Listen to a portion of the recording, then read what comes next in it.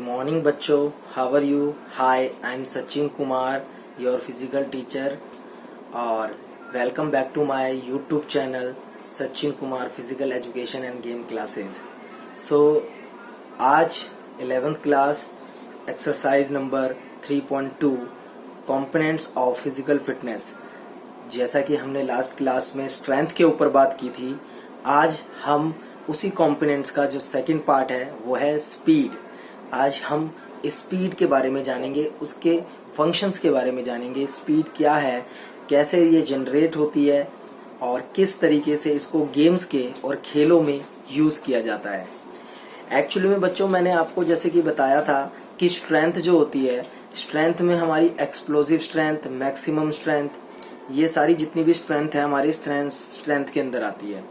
तो इसी तरीके से जो स्पीड होती है, स्पीड जो है एक तरीके से मे बी डिफाइंड अगर हम बात करें तो ability of capacity of individual perform movement of the same pattern. ठीक है, हम किसी भी कैपेबिलिटी को, किसी भी मूवमेंट को सेम पैटर्न के थ्रू अगर आगे बढ़ा देते हैं, फास्टर रेट कर देते हैं उसका, ठीक है, तो वो एक तरीके से स्पीड कहलाती है. स्पीड, वैसे स्पीड की कोई पर्टिकुलरली डेफिनेशन अगर हम कहें कि पार्ट्स तो नहीं है, लेकिन स्पीड जो है, जो आपकी एक्शन ऑफ मूवमेंट होता है, जो रिएक्शन ऑफ मूवमेंट होता है, इस मूवमेंट को एक्सेलरेट कर देती है. तो बच्चों जैसे कि अगर हम बात करें कि स्पीड की, तो एक लाइन जो कही गई है, the most of sports required speed और every short distance such of the running between the wickets and the cricket, most probability speed depends on the heredity factors. अगर बात करें जो भी जैसे शॉर्ट डिस्टेंस रेसेस होती है, ठीक है, उसमें स्पीड का बड़ा रोल होता है. या एक्शन ऑफ, मैंने अभी बताया ना, जैसे कि सम एक्शन ऑफ रिएक्शन, यानी कि कुछ देखो, जैसे कि अगर हमें क्रिकेट में किसी को आउट करना है तो उसमें हमारा जो स्पीड का लेवल है, ठीक है, वो जितना अच्छा परफॉर्म रहेगा हमें उससे बेटर से बेटर रिजल्ट मिलेगा. ठीक है, तो हमारे लाइफ में अगर स्पोर्ट्स के अंदर बात करें, शॉर्ट डिस्टेंस रेस हो गई या एक्शन ऑफ रिएक्शन जो हम बात कर रहे हैं हो किसी पर्टिकुलर, चाहे हम गोल करें, ठीक है, पहले हम गोल को प्लेइंग करते हैं, हम खेलते हैं एक ग्राउंड के अंदर.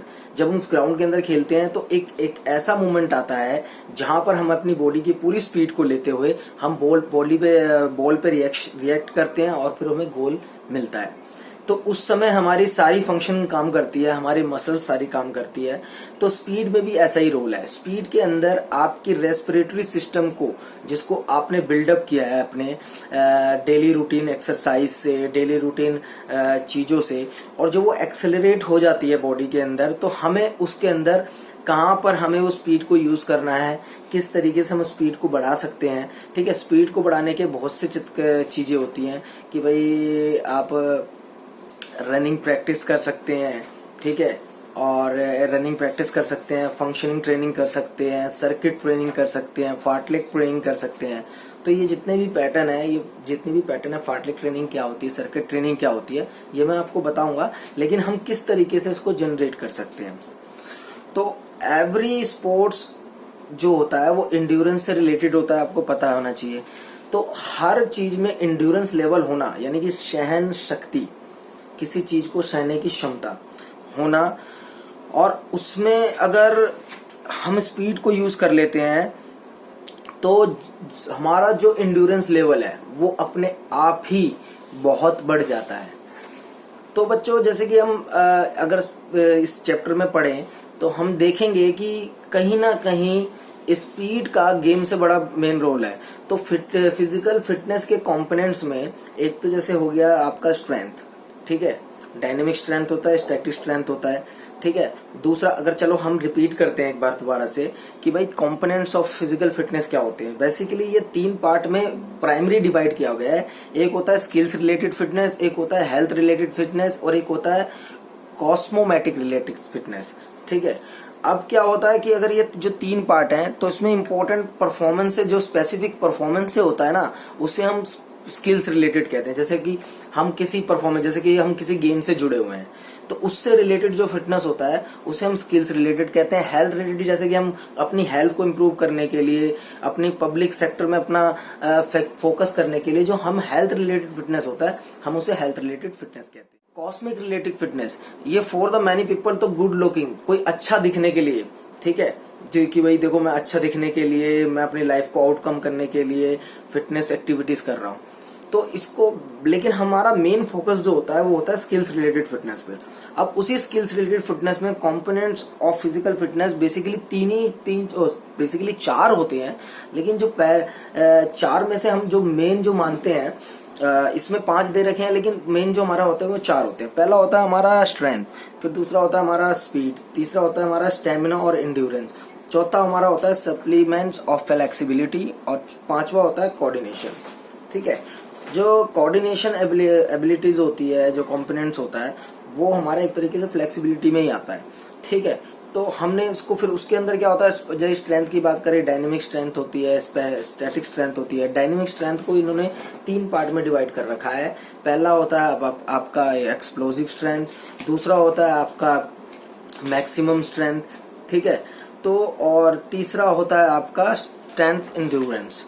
ठीक है, सो हमारे बॉडी के अंदर ये, फिर उसके बाद हम बात करते हैं स्पीड की, जैसे कि अभी मैंने आपको एक्सप्लेन किया स्पीड के बारे में। तो अगर आपने देखा कि भाई कोई भी थ्रोइंग इवेंट हो गया, ठीक है, कोई भी जिम्नास्टिक हो गया, तो इन सारी चीज़ों में कहीं ना कहीं स्पीड का एक रोल फैक्टर आता है, क्योंकि उसको जो हमारे बॉडी में 2 टाइप्स के मसल्स होते हैं, फाइबर मसल्स, ठीक है, एक होते हैं फास्ट मसल्स और एक होते हैं स्लो ट्विच। ठीक है, फास्ट ट्विच कहते हैं, कहते हैं स्लो ट्विच। ठीक है, जो फास्ट ट्विच होते हैं उसको हम एक्सेलरेट करते हैं अपनी एबिलिटी के थ्रू। ठीक है, और वो एबिलिटी हमारी स्पीड को गेन कर देती है, हैं? तो now it can be decided to easily whenever the individual suited the speedy events for the events which are related to endurance, because the percentage of their fibers and individual can be measured, so it can be concluded that the speed of inherited it is the difficult to improve speed significantly, right? तो यही इस चीज में बताया गया है कि भाई हमारा स्पीड लेवल को हम अपने मसल्स के थ्रू, जो हमारे फास्ट कम मसल्स होते हैं, ठीक है, हम उसको किस तरीके से एक्सेलरेट कर सकते हैं।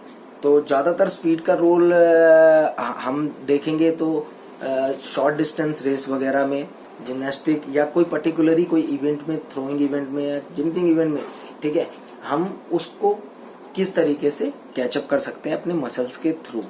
तो हम जैसे कि लॉन्ग जंप में भागते हैं, पहले हम क्या करते हैं, पहले हम धीरे भागते हैं, फिर फास्ट भागते हैं, फिर फास्टर भागते हैं, देन उसके बाद हम जंप करते हैं। तो ये जितना भी रोल होता है ये बहुत बड़ा रोल होता है स्पीड का।